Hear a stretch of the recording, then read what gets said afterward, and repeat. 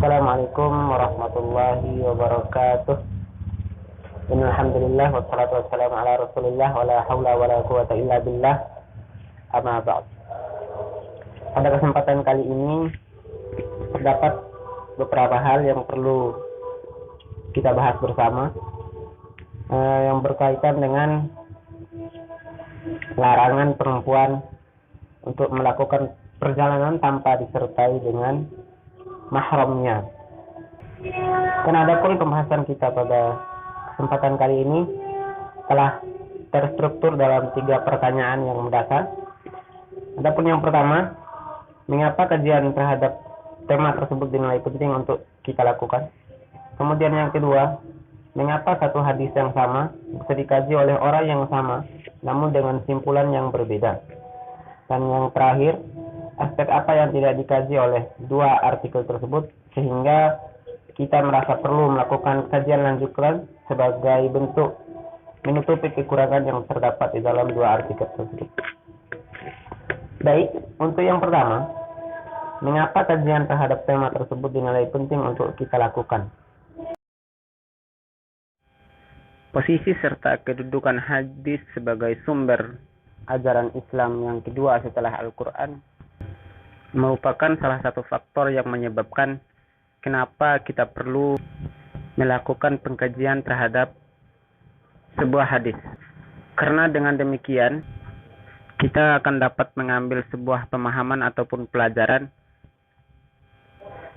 yang baik dan benar sesuai keharusannya. Selain itu, hadis terkait larangan seorang perempuan untuk melakukan perjalanan tanpa disertai mahram merupakan salah satu hadis yang banyak beredar di masyarakat. Terlebih-lebihnya lagi yang beredar di media-media sosial. Peristiwa ini dapat memicu kerisauan kita terhadap bagaimana pemahaman hadis tersebut yang seharusnya.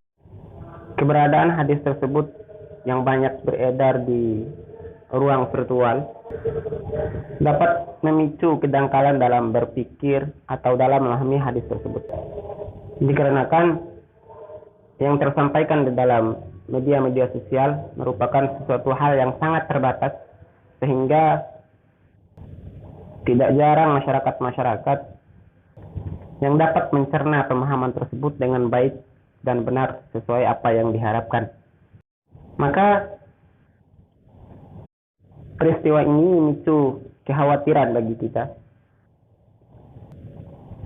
untuk melakukan satu pengkajian terhadap hadis tersebut dengan harapan kita dapat berkontribusi dan ikut serta untuk memperoleh pemahaman dan tidak hanya terpaku pada makna kontekstual sebuah hadis. Selain menimbulkan kedangkalan dalam memahami sebuah redaksi hadis, hadis-hadis yang beredar di ruang virtual juga banyak beredar atas dasar kepentingan pribadi, baik itu politik, sosial, ekonomi, dan lain sebagainya. Hal ini membawa pengaruh besar terhadap perubahan pemaknaan serta penerapan daripada sebuah hadis. Maka oleh karena itu sudah sangat sewajarnya untuk menghindari hal-hal yang tidak ilmiah, kita perlu untuk melakukan pengkajian terhadap hadis ini.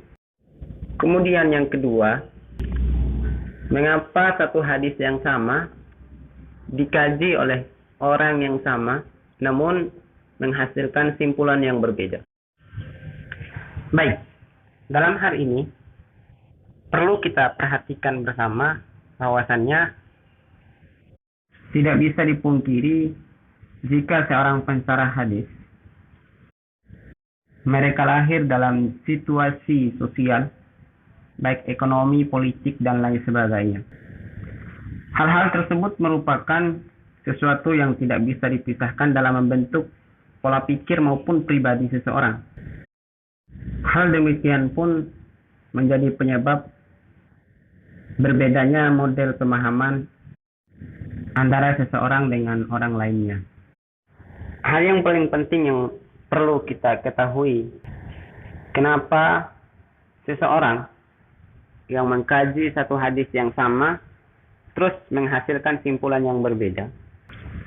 Demikian terjadi disebabkan karena seseorang dalam mencari serta membentuk pemahaman dalam memahami sebuah hadis, orang tersebut bisa jadi menggunakan metode maupun pendekatan yang berbeda dalam memahami hadis tersebut. Dengan demikian, satu redaksi hadis dapat menghasilkan berbagai simpulan jika dikaji dengan pendekatan ataupun metode yang berbeda.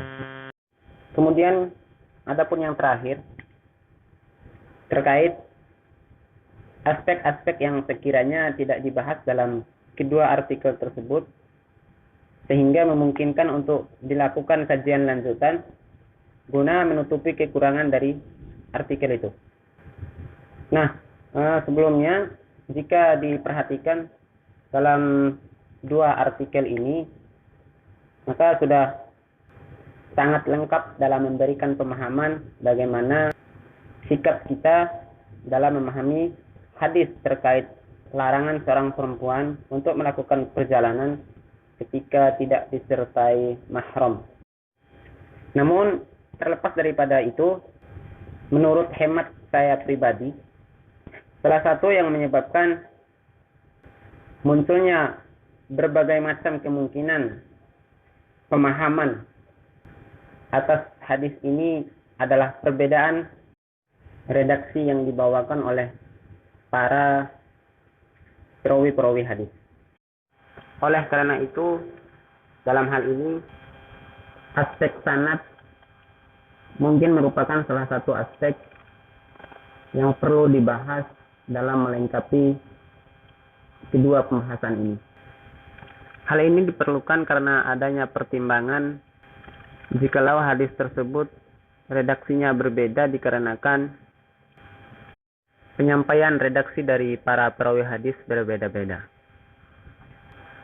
Hal demikian memicu adanya kekhawatiran akan kemungkinan bahwa redaksi yang tersampaikan mengalami kekeliruan ataupun perubahan makna yang bisa saja terjadi akibat kecacatan daripada para perawi itu sendiri.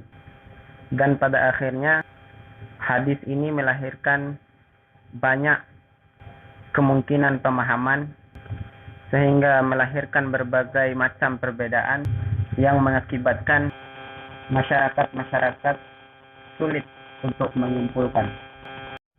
Mungkin demikian yang bisa saya sampaikan. Adapun lebih dan kurangnya saya mohon maaf yang sebesar-besarnya. Mudah-mudahan dapat bermanfaat bagi kehidupan kita. Billahi taufiq wal hidayah. Wassalamualaikum warahmatullahi wabarakatuh.